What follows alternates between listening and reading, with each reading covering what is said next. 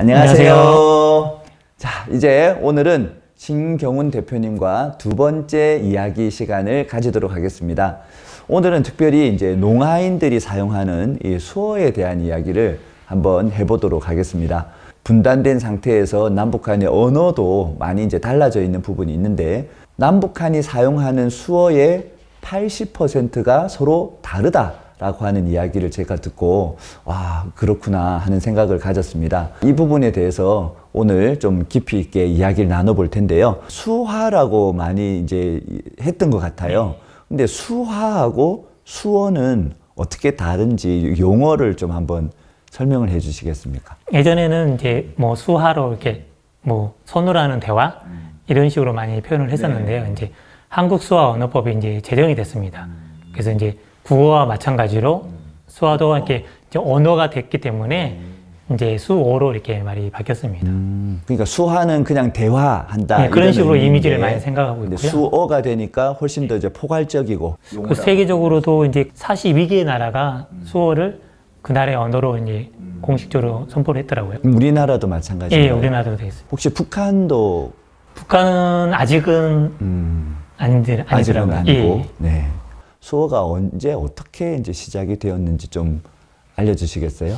뭐 삼국시대에도 뭐 고려시대, 조선시대 수어는 사용한 사람이 있었다고는 그런 이제 사례들이 나오더라고요. 기록이 있군 하군요. 예, 삼국시대에도. 예. 홈사인이라고도 하거든요. 집에서만 쓰는, 우리도 이제 집에서 밥 먹었어 하면 이렇게 하잖아요. 그럼 홈사인. 예, 그냥 집에서만 쓰는 수어 해가지고 간단하게 오라 하면 우리 이렇게 오잖아요. 이게 좀 그런 식으로 이렇게 쓰이지 않았나 하는 추측을 하기도 그러니까 하고요. 말하자면 이제 몸짓? 예, 손짓 네, 이런 네, 걸로 네, 이제 네, 표현하지 네. 않았나.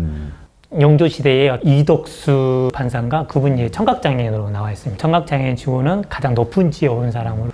자, 그런데 이제 조선시대 이후에 우리나라가 이제 일제 강점기를 겪게 되고 장시 개명을 하고 뭐 이런 이제 역사가 있었는데, 수어도 그런 좀 고난이 있었던 것 같아요. 유럽에서 처음에 수어가 생겼을 때 이제 수어를 사용하지 않고 입모양으로 이제 구화법을 강조하는 그런 시기가 있었습니다. 일제시대에도 초창기 때는 이제 수어가 보급되다가 그런 유럽의 영향으로 인해서 이제 그 구어법을 사용하는 거를 좀 강조했기 때문에 수어가 좀 성장하는 데 있어서 좀 한계가 있었다고 들었습니다. 그러다가 1909년에 평양에 이제 처음으로 이렇게 농학교가, 농인하고 시각장애인 학교가 최초로 세워졌거든요. 미국인 로제타올 선교사에 의해서. 그분이 이제 거기서 수화를 가르쳤다는데, 처음에는 그분이 중국에 계시다가 오셨기 때문에 아무래도 그 시기에는 중국 수어를 좀 사용하지 않았나 그런 이야기가 좀 있었습니다. 그러다가 이제 일본인들이 이제 정치적으로 한국 수어는 쓰지 말아 해가지고 일본 수어를 보급했기 때문에 지금은 이제 한국이나 일본 수어가 좀 비슷합니다. 60% 뭐 70%까지. 그래서 일본 사람 만나면 한국 수어 하면은 대략적으로 통하는군요. 예, 통한다고 이렇게 들었습니다. 예. 저는 아직 일본 사람 만나보지 않았는데, 예. 그게 참 아이러니네요, 그죠? 네. 그 같은 민족인 우리는 수어로 하면 잘 소통이 안 되는데 일본 사람하고는 소통이 된다. 이게 이제 일제 강점기의 어떤 아픔일 수도 있고. 근데 이제 우리나라 같은 경우에 이제 해방이 된 지 벌써 70년이 넘었잖아요. 그동안에 이제 수어를 그 일본이 가르쳐 준 그것으로부터 좀 벗어나기 위한 그런 노력이 있지 않았을까? 북한하고 다르다는 이야기는 북한은 그만큼 그것으로부터 좀 벗어나기 위해서 더 많은 노력을 했다는 이야기일 것 같은데 어떤가요? 2015년에 세계 이제 농아인 대회가 있었는데 그때 처음으로 남북이 대화를 했었습니다. 근데 수화가 너무 다르기 때문에 우리가 이제 외국인하고 이렇게 하려면 통역사가 붙여놓잖아요. 영어 통역사. 그래서 마찬가지로 이렇게 한국인 수어 통역사가 있고 북한 수어 통역사가 있습니다. 그래서 이제 그만큼 이제 분단 때문에 수어가 많이 달라졌고요. 그리고 한국도 이제 나름대로 이제 일본 영향에서 벗어나기 위해서 뭐 1950년대, 60년대, 70년대 이제 수어 이제 뭐 단어도 많이 개발하고 그래서 많이 좀 그런 발전적인 모습 때문에 이렇게 언어가 많이 다른 걸로 이렇게 생각을 하고 있습니다. 그리고 요즘에는 워낙 또 신조어들이 많이 있고 네. 수어도 그렇게 발전을 계속 해 나가야 될 것 같다는 생각이 드는데 그런 건 그러면 누가 이렇게 만들어 가지고 표준어로 만드나요? 국립국어원에 보면은 그 제 수호 신조를 만드는 모임 같은 것도 있습니다. 예전에 코로나 없었을 때는 이제 코로나를 어떻게 수호를 하지? 이제 북한은 코로나 수호가 없습니다. 근데 이 책 만들 때도 코로나 관련 수호가 제가 남한용으로 만든 이유가 혹시 이 책이 가게 되면 북한에서도 남한에 이런 코로나 관련 수호가 많으니까 좀 만들었으면 좋겠다는 의미로 집어넣은 거였거든요. 그래서 뭐 코로나 수호도 이렇게 그게 코로나라는 예, 뜻이에요. 예. 그래서 이게 다 의미가 있잖아요. 왜 이게 이건 코로나. C잖아요. C. 이거는 이제 벌레, 뭐 벌레. 세포 막 그런 의미이기 때문에 바이러스. 이렇게. 예. 코로나 바이러스. 그래서 저는 농아인들이 정말 똑똑하다고 생각해요. 이 언어를 만드는 거 보면은 네. 아, 어떻게 저런 걸 만들지? 그래서 농아인들이 마인도 잘하고 표정도 정상에 비해서 엄청 이렇게 다양하고 그래서 그런 식으로 좀 많이 만들어요. 그러니까 얼굴 표정으로 말을 해야 되니까 예. 훨씬 더 발전이 될 것 같긴 해요. 수어를 배우는 과정 속에서 에피소드가 혹시 있었을까요? 제가 이제 수어를 배울 때 한참 이제 북한에 관심이 많았을 때였습니다. 그래서 이제 사람들이 물어봐요. 탈북민 농인이냐고 네. 그렇게 물어보는 경우도 있었어요. 그래서 아니다고 이제 얼굴이 좀 그렇게 생겼나 봐요. 제가 탈북민 모임 가도 네. 언제 탈북이냐고 물어봐요. 그래서 제가 좀 북한 사람 좀 생겼나 봐요. 예. 뭐 그게 유리할 수도 있죠. 네. 예, 근데 키가 크셔가지고 뭐 그렇게 보이지 않을 것 같긴 한데 그래도 그죠? 네. 주빌리안 TV의 시청자분들이 간단한 인사말을 좀 배울 수 있는 기회를 이 시간에 짧게 이렇게 가지면 좋겠다는 생각이 들었습니다. 안녕하세요는 이제 우리 코로나 시기에 많이 좀 홍보를 했었습니다. 안녕하십니까. 이게 안녕하십니까? 원래는 이제 이렇게 잘이란 뜻이세요. 잘 계셨습니까? 잘 계셨습니까? 안녕하십니까? 이렇게 또 안녕히 가세요. 같이 쓰이거든요. 같이. 그래서 그러면 만났을 때는 안녕하십니까 하고 갈 때는 그냥 안녕히 가세요. 네. 친할 때는 이제 우리 정중하게 어른들한테는 그래도 고개 좀 숙이잖아요. 그래서 안녕하십니까? 이렇게 하는데 좀 친하면은 막 와 안녕하세요 막 이렇게 하기도 해요. 안녕 막 이렇게. 이게. 예, 좀 아이돌 가수 뭐 뽀삐 이런 비슷하겠지만은 이제 이렇게 친할 때 이렇게 표현하기도 하거든요. 그래서 안녕하세요는 이제 정중하게 한다면은 잘 계시다. 근데 이걸 빼고 그냥 이렇게만 하기도 하고요.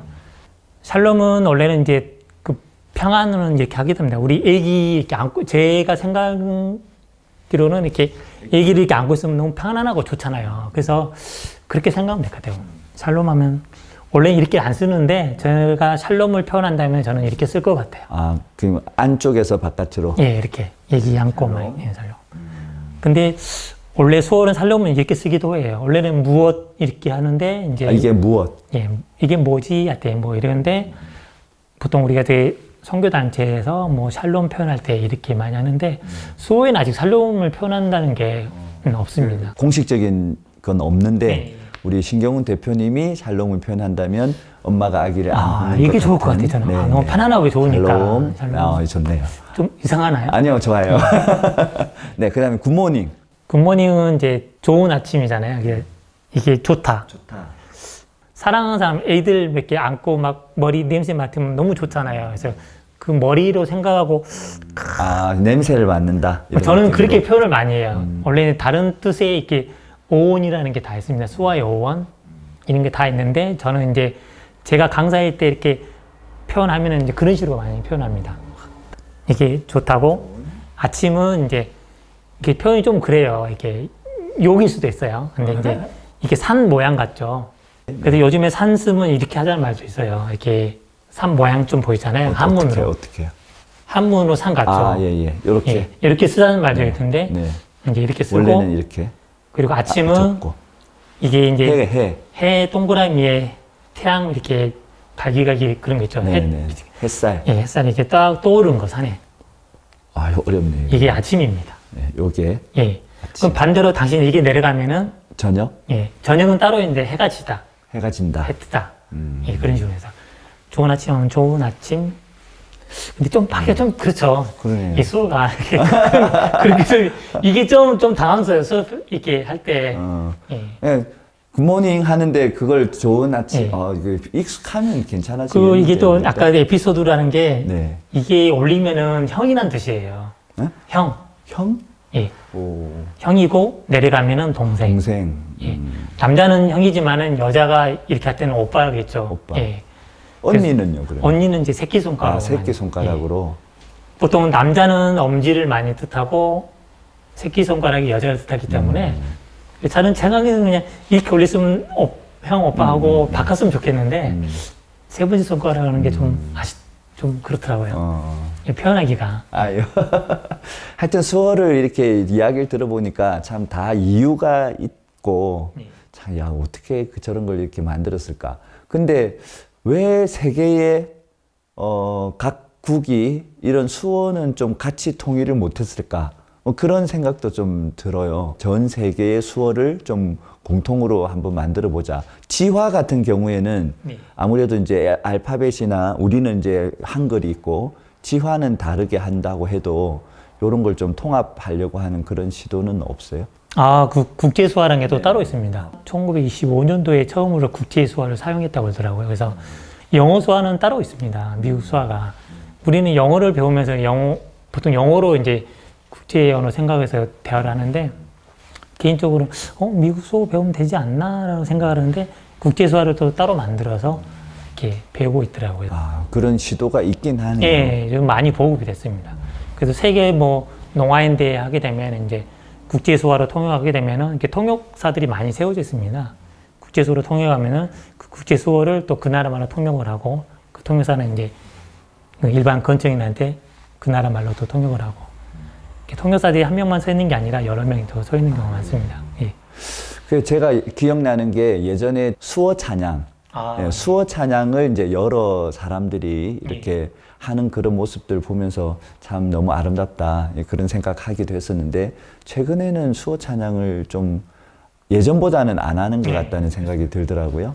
그런 것도 좀 더 많이 하면 좋겠고 오늘은 우리 신경훈 대표님과 함께 수어의 이제 역사 그리고 남북한이 어떻게 수어가 이렇게 달라지게 되었는지 이런 부분들 좀 살펴봤는데요. 이제 다음 시간에는 실질적으로 우리 남북 의료 손말 수어 용어집 요 책이 어떻게 나오게 되었는지에 대해서 또 자세하게 한번 이야기 나눠보도록 하겠습니다. 다음 시간이 진짜 하이라이트가 되겠죠. 자, 그러면 다음 시간에 다시 뵙겠습니다. 네, 감사합니다. 감사합니다. 네.